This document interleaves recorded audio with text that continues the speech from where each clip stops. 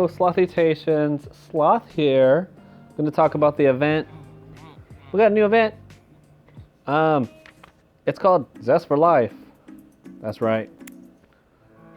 Zest for Life event. Now, this event is similar to the White Storm event in the way it functions, but very much redesigned for the better, in my opinion. I made a reviewed video on the White Storm event, and almost every single point of criticism I had in that review has been addressed in this redesign of the event. I am quite slothily pleased, to say the least. So let's go ahead and see what changes have been made to the overall event design in this game. So, first and foremost, we are not having these 5 story stages into 5 farm stages. Right from the get-go, we do the first event story. That's done automatically, 01. Then, to unlock more story, you need these vessels. So here, for part 3 of the story, I need 5,300 points. And you're able to tackle any of these farming stages right from the get-go. You don't have to earn the farming stages. I was able to do level 60, Hunt 5, as my very first farming stage. I didn't have to do level 20, Hunt 1, or level 40, Hunt 3. I haven't even done Hunt 2, 3, or 4. You don't get any gems for clearing with 3-star in this event for any of those stages. So what that effectively means is that you do not lose out on your farming efficiency by having to clear those lower stages. You can just tackle the most efficient stage that's right for your account right from the beginning of starting this event. In the last event, there was this weird difficulty spike which also gated people out of content. People couldn't finish the story because they were unable to pass Cocoa Battle 5.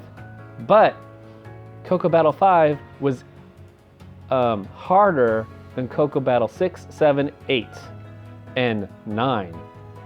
Or on par with 9. So that meant that people could complete 6, 7, and 8, but because they couldn't pass 5, they couldn't see the other half of the story, which made no sense from a logic standpoint. They were following an older model that I've seen in gacha games from like 2-3 years ago. That model is outdated, it's old, it's not modern. And there's a lot that goes wrong with the player experience. So they did away with that. Instead made a very linear progression here. That means that you don't need some weird funky graph or table to calculate, okay, I have this amount of multiplier, what is the best stage for me to farm? In the last event, if you had 30 or 60% multi, the best stage to farm was Cocoa Beans 10. But if you had any other multiplier, farming the farming stage was not the way to go. Wait, what? Yeah, you didn't farm the farm stage, you farmed the opening day event stage. Makes no sense, right? They had all these farming stages, but unless you had those 2 multiplier values, you did not farm them. You farmed the opening day event. And because it was opening day event, you either spent 2 or 3 minutes manually farming it or used up your express passes. So, not the best experience, right? So that's not the case anymore. If you have a 60% multiplier, right, and you're able to complete any of these stages with 60% multiplier, you just do Hunt 5. Every single time the answer is do the highest Hunt stage with your highest multiplier.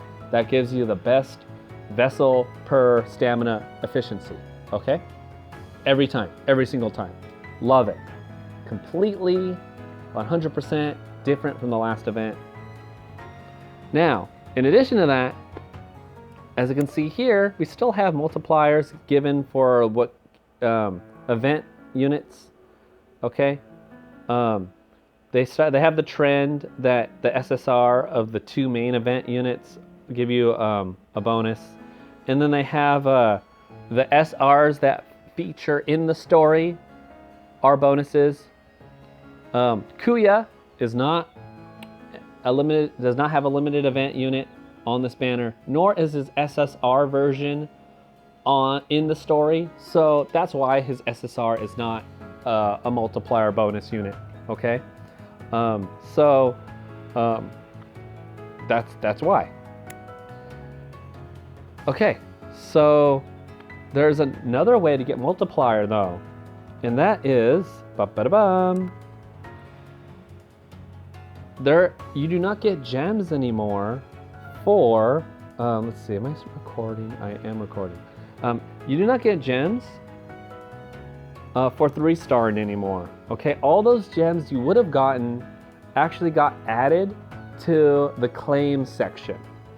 Instead, you get a 10% multiplier bonus for every objective you meet, which means even if you have none of the units, which the game gives you Asters, you should at least, if you developed your Aster, be getting a 10% from Aster. But let's say you didn't develop your Aster, okay? You neglected him, even though like they give him to you at 2-star, which means you can get him Intimacy Room 4.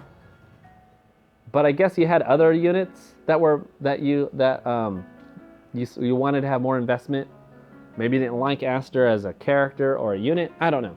But you still are able to get 30% multi just by completing these 3 objectives. Pretty nice, right? Now for me, my account's really minimal. I only have Aster. I don't even have, the odds just happen to be that I don't even have the SRs that, other than Aster, Kuya, Quincy, and Olvine, happen to be the 3 SRs I don't have. So, whoops. But that's okay. I'm just hard saving for Garu, and that's just how this happens. But even I will be able to complete this event. So I'm not too worried about it. Okay. So the event, the elements of the enemies rotate. Okay. Today it's fire, and it's gonna probably be another element come reset in like a couple hours. Okay. But it started off with all the enemies being light. The enemy themselves didn't change, but their element did. So we had one of all these types here, and they were light element. Then on the next day, they were dark element. The next day, you probably didn't guess it. I was surprised. They did a mix. Oh, a mix of light and dark, okay? They had the enemies mostly light, then dark, and then mostly dark, then light. And then on this day, they've had it all fire, okay? Does that mean next time we're gonna get all water or all wood? I don't know. We will find out when reset occurs. However, I feel like there's something to be said about the design choices in this game, because I would not say that the designers of this game are novices. From my experience with gacha games, there are definitely people who really know their game. Having light and dark be the first 4 of the rotation is really free-to-player friendly. What do I mean by that? Well, if you fight a light or a dark element enemy, they never will take reduced damage from your party, no matter what your element is. You can only take increased damage from a light or dark element, but they can never decrease your damage. So, how does this factor into being free-to-play friendly? Well, if you're a lower level, okay, like right now I'm at a power level on my free-to-play account where I don't really care what damage they do, I just out-heal it and I just kill them, right? But there are players who are new players, or there are players who not at this point in their power level, and they will probably have to manual instead of auto battle through these fights. And when you're manual play, you are selectively targeting your most threatening enemy. And then hopefully you get rid of 1 or 2 enemies, and then the DPS output of the enemy is severely hampered, and you just out heal the remaining enemies, and you can just auto battle the rest of the fight, right? So that's the strategy typically for lower power level accounts. Now, if the enemy was reducing your damage, right, that makes that strategy harder to do and makes it a higher threshold for lower power level accounts to actually accomplish this strat, okay? But since those first 4 days were light and dark, that meant that that strategy is not being hampered, and it can only be increased if you had a corresponding light or dark element unit that will do now 20% bonus damage, okay? And conversely, if you're about to take more damage from them, you just guard, and that's kind of negated, right? So definitely I can see the intention there. That was really smart. They didn't have to do that. They could have gone light, dark, fire, wood, water, repeat, but they didn't. The first 4 days were light, dark enemies. Truly good for the free-to-play players out there. Let's look at this battle real quick. I'm gonna take the auto battle off. I just auto battle this. So it starts you off on the moth. Now, if you're a lower battle power account, as you know from playing this game, the bunnies, they have the quickest ultimate cooldown, okay? So you want to get rid of the bunny first, and then one of these 2 poachers next. Then their damage is going to be so severely limited that you can just take on the rest of the enemies, okay? Probably the next poacher, then probably the bear, and then the moth last, if you really want a specific order. Now, thematically, I have no idea what's going on. In the last event, the Choco Slimes and the Choco Fungus, people were turning into these chocolates, and you had to defend and get rid of the chocolates, and when you defeated them, they turned back to their regular forms, right? In this story, you encounter some poachers, and you're like, poaching's not good, right? And I guess you defeat them, but wait, what's going on here? The poachers and the animals that they're poaching are attacking you. They're on the same team. I don't know why the poached animals are helping the poachers. Okay, but then when you kill the poachers, they don't turn nice or anything, so you have to kill them too. So you're like, poaching's bad. You get rid of the poachers, and then you get rid of the poached animals, and then you collect vessels of Zest somehow, and then you feel good. But then you go, when you think about it, it's like, wait a minute, did we just obliterate the poached the animals that were in danger of being poached? Like, look at this bear. Did this bear deserve it? Yes, he did. Yes, he did. Okay, so, you know, I'm just gonna auto battle, but, yeah. This is just how my account does it. Again, nothing special. I'm a free-to-play account that's invested heavily in these 5 units. So, this has been my main team since my first day playing this game. So, I don't spread myself thin. I only level units that the level cap stages request me to level because I need a specific team comp to pass. And there you go. So I got 3-star, that's a 30% multi, right, for those 3 objectives. The 10% multiplier I had with Aster, and there we go. This is towards the end of the 5th day, and I've gotten this many points with my measly 40% multi, okay? More than likely you'll have more than I do, okay?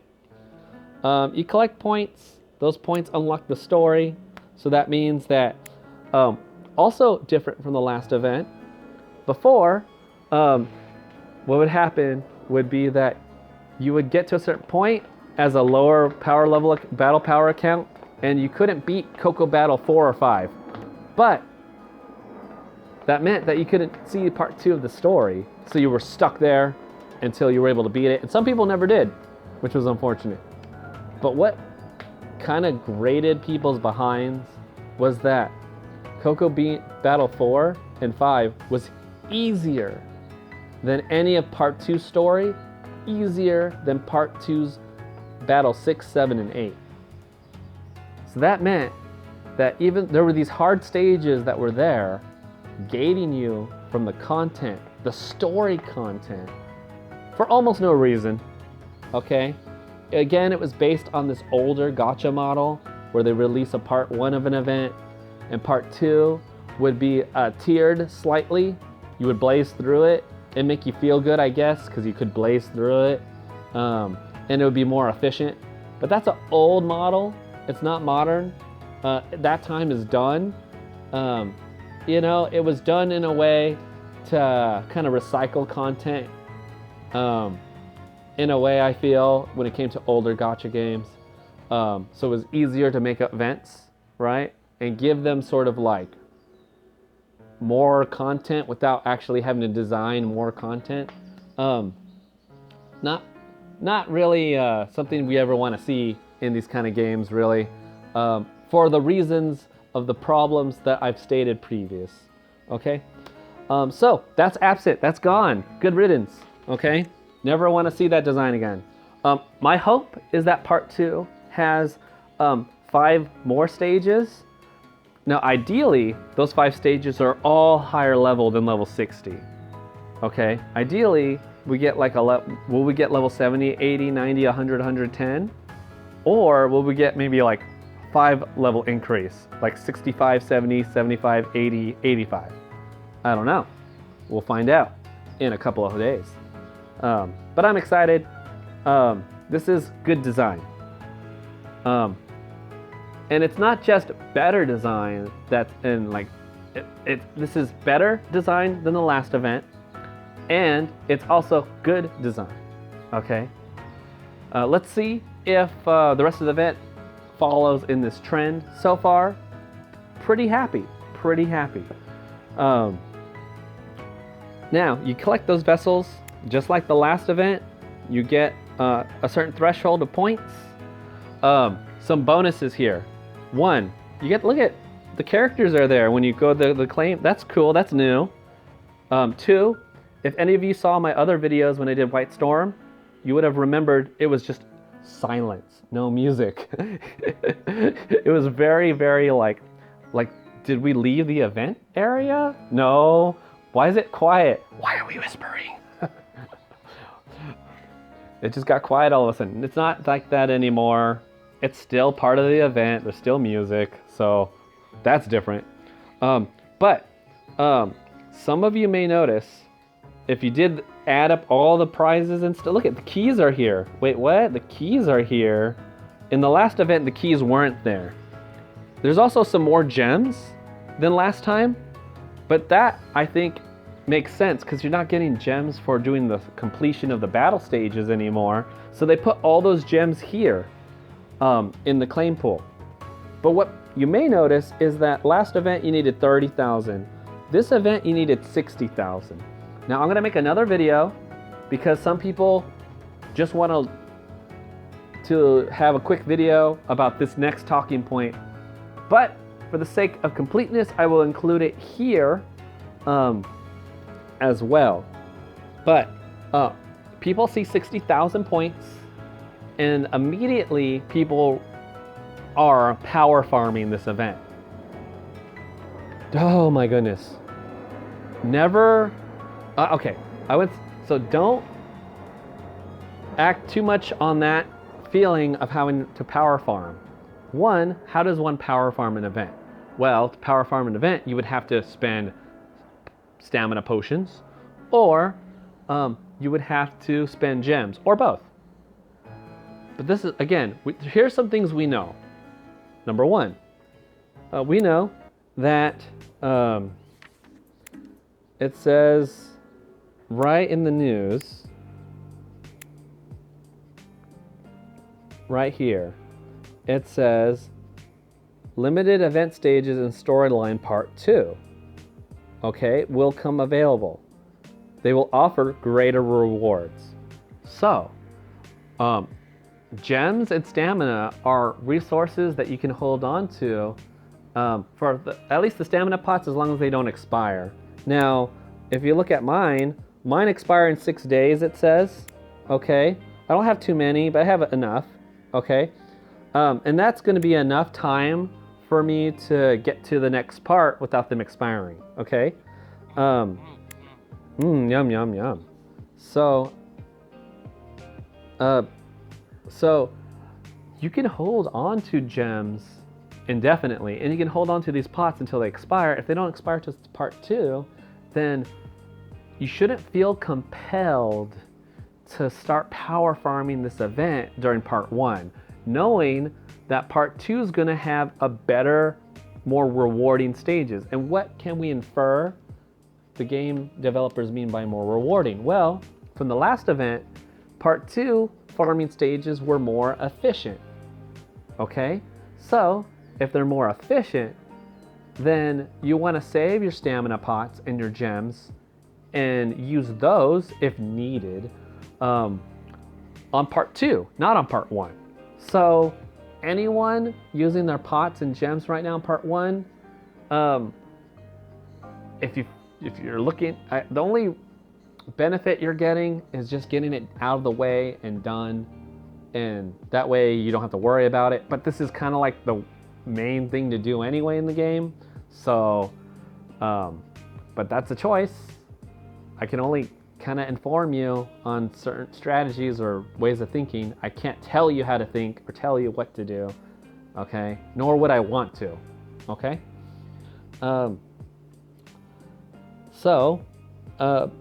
My recommendation though is wait till part 2 and reassess, right? And even then, you may want to use your stamina pots, sure, but you may not want to use your gems until the last week of the event, because then you'll be able to better know how many gems you'll need to use, right?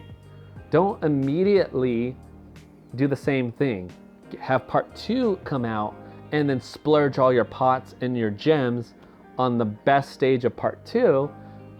And the reason why is because the legend stages. The legend stages are the high difficulty stages. My guess is going to be there's going to be 3 of them, and they're going to be similar to the opening day event. For those of you who don't know about the opening day events, they're similar to the boss stages in our sorcerer trial, where they have a level cap and they require a certain team comps, and they require some manual play, okay? And knowing when to guard, when to not guard, okay? So, and on those stages, you get some form of reward that make them worth it to clear the stages, and normally you just clear the stage once, and that's it. Now, in the boss stage for Sorcerer's Trial, that's true. You clear the stage once you get the 3-star clear, you don't need to tackle it again. In White Storm event, unfortunately, and I say unfortunately because I think it would have been better designed if they didn't drop any chocolate boxes at all. Maybe they gave you chocolate boxes as a one-time off reward, but what ended up happening was the OD stage was more chocolate box efficient to farm than the actual farming stages if you had certain multipliers because of rounding error issue. It was better to farm the non-farming stages. That makes no sense.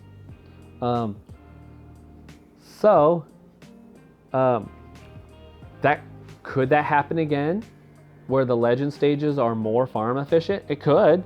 I hope not, but it could. But what did we know? What did those stages offer us? Well, something similar. Okay, we can actually scroll down. So look, these legend stages will give us these 3 rewards here. And if we scroll down through my history, that's the same rewards we got for the 3 here. And what's nice is I don't know how many legend stages there are, but I can kind of guess there's 3 because there's 3 missions for them, right? So there's probably going to be, there's like a 99% chance there are going to be 3 of them. Now, I'm not even done yet, okay? Hopefully you're still listening, okay? Because I'm trying to tell you not to rush for a reason, okay? And here's the biggest one. This is just, again, inferred. Just deducing, well, it's not deduction because nothing's definite, right? But it's an inference I'm making, a conclusion that's currently a hypothesis, right? Based off one at least. But what is the difference between what are we going to get for a reward? If we're already getting the keys as a reward, right, in the claim area, and we're already getting the extra gems in the claim area, what's the reward? Well, what's different about the claim area? The claim area requires 60,000 points, not 30,000. That is 30,000 points different. But you know what? 30,000 is divisible by 3. So, what if every time we completed a legend stage for just a one-time off reward, we got 10,000 points? For a total of 30,000 points, which would mean that you're not farming for 60,000, you're farming for the standard 30,000 that we're used to, and clear those 3 stages to get the 30,000. Right? Doesn't that, to me, that makes the most sense. Because if you didn't have that, you're forcing even the people with 100% multiplier to most likely use gems, right? You're doubling the amount of points needed to get all the rewards without really changing the rewards we're getting by too much or lengthening the event. So therefore, my hypothesis is that they are giving us some way to give us a bunch of event points somehow. And my answer is I'm thinking they're going to give us a lot of these vessels points for clearing each of these legend stages, okay? Now again, it's just a guess. It's my guess of one dude somewhere in the world, but I feel it's an educated guess, a really probable guess. It's not pulling something out of thin air, okay? So, what does that mean? That means that the people who spent gems and stamina already in part 1 to get to like 30,000 points, well, they're pretty much almost done with the event then, because if this is true, then that means that when this second part comes out, and as soon as they finish all those legend stages, they're done. They don't have to farm anymore. And then they're gonna sit there being like, I spent all those gems and those stamina potions. That was not efficient. But that's what happens. That's what happens, right? Part 1 was only out. You didn't even let part 2 come out. Remember, horny gotcha tip. Always, never finish before your partner does, okay? Try to finish around the same time. This is good life advice, okay? I'm trying, it's okay. It's what you gotta do, okay? You'll be happy either way, right? But I would think you would be happier and things would go well if you chose the second option, personally. Okay? So yeah, those are my thoughts on the event. Okay, I'm looking forward to part 2 to see how this goes. I'm not too worried. I'm only doing it at a 10% multi, right? If my target goal was 60,000, you're right, I would be freaking. And I think a lot of players probably are freaking out because they see the difference between what they have now and the amount they're trying to reach. And I think that number is 60,000, but it may not be. Your true number might be half that. And if you knew this now, I would argue that's going to change the way you plan, right? So that's my advice. Please don't rush, okay, through the event, right? Making decisions before you have all the available information, right? It's a risk. Sometimes that risk pays off, and sometimes, you know, you did it because you didn't want the other possibility of not acting as soon as you could have. And I understand that, okay? It's not, again, entirely bad decision making. What it is, it's a personal preference and a matter of knowing whether this was a possibility or not, okay? So hopefully this has been helpful to you. So yeah, if a sloth is able to make it through this event at 10% multi, then so can you. All right, bye guys.